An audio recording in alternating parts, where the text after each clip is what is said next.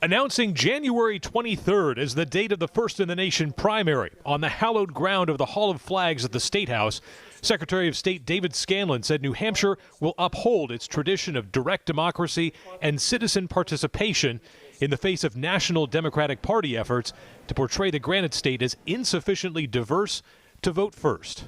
Diversity is not the real issue at play in this debate. At stake is who gets to determine the nominee of the party. The elites on a national party committee by controlling the nominating calendar, or the voters. Governor Chris Sununu, along with several other top state officials and defenders of the primary, stood with Scanlon. The governor saying history shows any presidential candidate who avoids New Hampshire is making a mistake. I think if anything, we've set the precedent that try as you might. Again, we do it right, we do it best, and we do provide that opportunity for New Hampshire.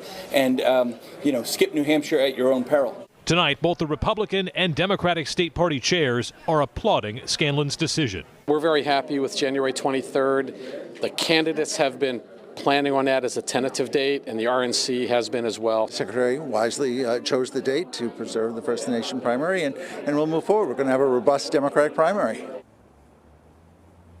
The big question mark now is how the DNC will react to New Hampshire officially being out of compliance with its primary calendar.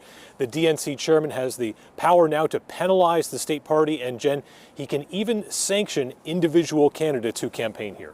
Adam, let's talk a little bit more about the location there at the State House where the announcement was made. This is the Hall of Flags, which is a Civil Hall memorial, and it seems like they're leaning into this idea of a conflict over the New Hampshire primary now. Yeah, Jen, very rare that any kind of event is held there, but the detail that was involved in this is actually pretty stunning. The flags that were over the shoulder of Secretary Scanlon right on this side actually belonged to the Civil War 4th Regiment out of New Hampshire, which fought to preserve the Union and end slavery in, of all places, South Carolina, which is where the DNC wanted to take the First in the Nation primary status.